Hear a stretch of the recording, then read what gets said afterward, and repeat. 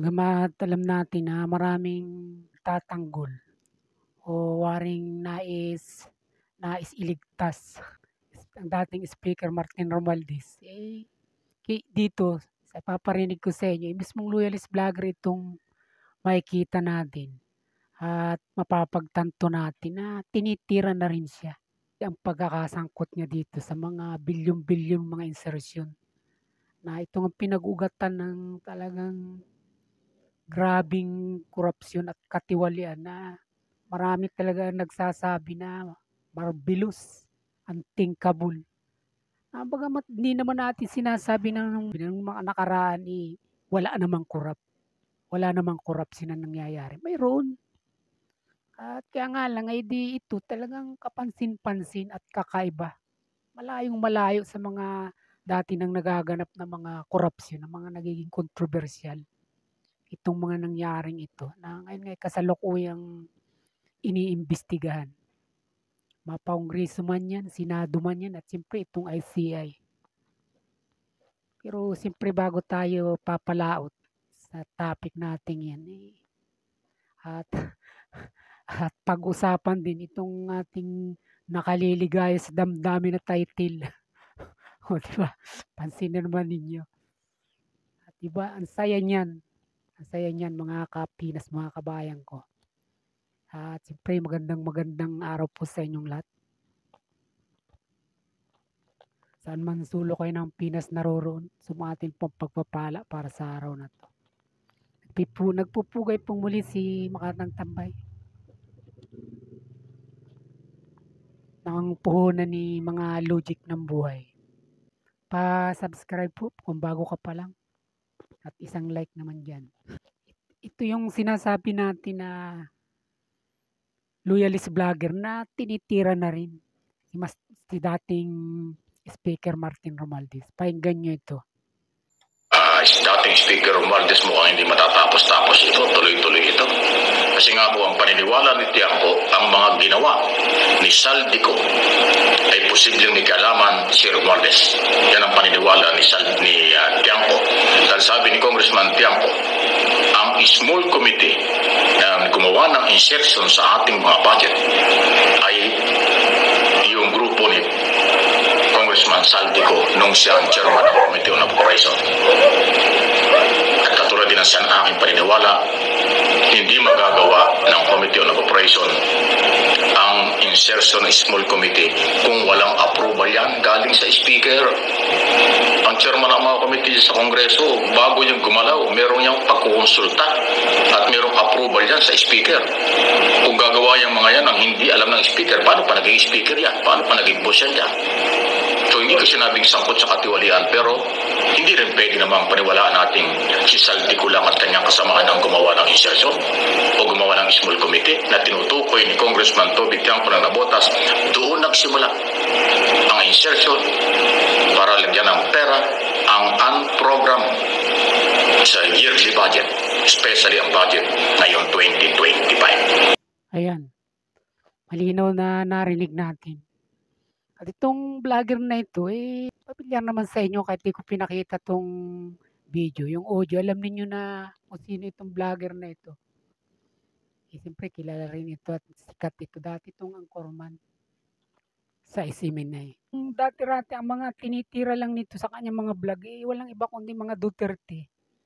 Ngayon, kahit sabihin pa niya na medyo yung busis niya rito ay mababa, hindi rin siya naman naniniwala na talaga si Speaker Romualdez ay ligtas dito at wala itong kinalaman at inosente sa mga bilyong-bilyong mga insertion na ito na naging ugat niya. Siya rin mismo sabi na naging ugat nitong mga pambihira na mga korupsyon at katiwalian na dyan nga nag-ugat sa bilyong-bilyon na yan. Kaya nga sa kabila ng maraming mga administration vlogger o itong mga mainstream media na halos ayaw banggitin o isangkot si dating Speaker Romualdez. Tila ang nangyayari kaya pinagtatakpan nila, yun yung malinaw. Kahit pa sa mga ginagawa nilang hearing, hindi man lang nila ito binabanggit.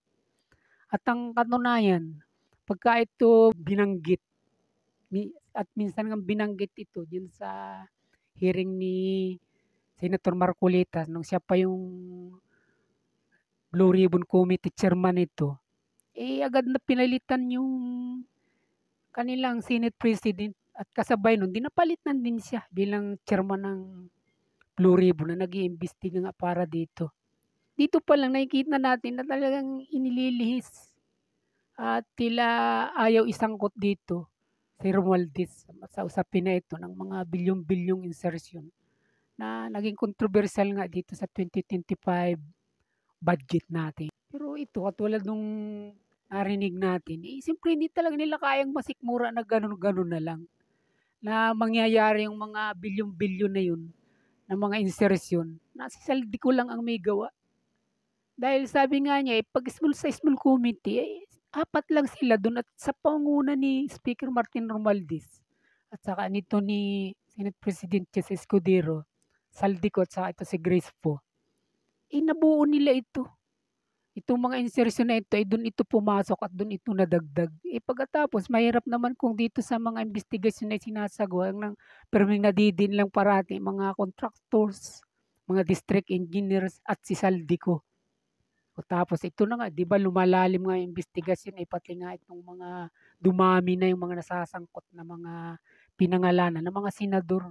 Kung bakit kasi sa kabila ng lahat na pare-pareho naman yung kanilang layunin, maging ni Pangulong Bongbong Marcos at maging si Senator Lacson. Dati pa hindi ba siya nga yung nagkumpleto ng mga pag-iimbestiga na may mga dokumento pa ito si Senator Lacson. Pero nakakapagtaka na nung siya na yung chairman ng Blue Ribbon Committee, iba na yung nagiging tono niya. Na talagang pagka naglalabas ng mga testigo katulad nitong napanood natin na dinalang testigo ni Senator Marcolita na ibinigay naman sa kanya ni dating Congressman Defensor. Ang nagiging pangyayari na rito, pagka nababanggit si Romualdez, nagiging iba na yung kanilang daloy. Na talagang nagkakaroon na sila ng pagdududa dun sa testigo, sa kapakayahan ng witness na nagpapahayag doon. Na pati nga yung mga pagnotaryo nung kanyang testimonya, kinestyon na rin. Na hindi raw naman talaga yung pinirma ng abogadong tinutukoy doon. Kaya yun daw peke. Ngayon, kung may peking gano'n at may mali, lahat ng mga nakapaloob dun sa testimonyang yun, lahat mali na yun. Hindi na yung kapanipaniwala. Which is na taliwas naman yun. Dahil napakarami na rin namang napanood kong mga abogadong vloggers. Kahit pa nga yung mga loyalista vlogger na mga abogado rin. Hindi naman, wala naman epekto yun. Ipagpalagay ng totoo na, pagpalagay na natin totoo na yun ay hindi talaga napirmahan. Dahil gano'n naman talagang pagnunotaryo, ako nga nung magpa-notaryo din sa isang abogado nung yung aking birth certificate. Hindi naman yung mismong abogado, staff lang niya. Kumbaga binibigyan naman ng authority ng mismong abogado yung staff niya na pag notaryo lang naman, pwede nang yun ang gumawa. Pwede naman yun. Kaya ibig sabihin, hindi naman yun talaga malaking question na pagpalagay ng totoo na hindi naman pumirma yung abogado. Pero sa katotohanan, habulin nga nila ito. Dahil maari sa tingin ni Senator Marcolita, tinakot itong abogado na wag aminin na siya pumirma dun sa affidavit na yun na ginawa ni Sergeant Gutisa, itong witness nga nila, si Orly Gutisa. Pinag-uugnay nga natin na bagamat yung iba ay pinagtatakpan, waring gustong linisin dito sa korupsyon na ito si Speaker Romualdez. Ito mismo itong loyalist vlogger na ito, nagsasabi na talagang hindi naman, walang maniniwala. Walang maniniwala na Saldico lang talagang nakakaalam ng mga bilyon-bilyon na yun. Kaya natin sinasabi na ang nangyayari, sa halip na yung palitawin sa mga hearing na ginagawa nilang ito, lalo dyan sa Blue Ribbon Committee, yung katotohanan, nakikita natin na pagka ang binabanggit na si Martin Romualdez, nag-iiba na yung tono. Na nawawala na rin sa focus kung paano pa halukayin at talagang mapanagot o mapalitaw kung sino talaga yung pasimuno ng lahat ng bagay na ito. At kaya nga dito na tila napapaso sila napapaso na yung Malacanang na tila nakukuryente na. Kasi 'pag talagang hinukay mo ito, hinalukay mo ito, matadamay na rito si Pangulong Bongbong Marcos. Kasi ganito lang 'yan, hindi ba? Walang Speaker Martin Romualdez kung wala si Pangulong Bongbong Marcos. At wala rin namang Saldico kung wala naman si Speaker Martin Romualdez. Hindi naman puwedeng si Saldico lang ibaon nila rito at idiin ng paulit-ulit. At pagkatapos ito namang mas nakakataas sa kanya na talagang mahirap ngang paniwalaan na walang kaalam-alam mga ito at mga inosente itong si Speaker Martin Romualdez at saka si Pangulong Bongbong Marcos, mahirap paniwalaan 'yan.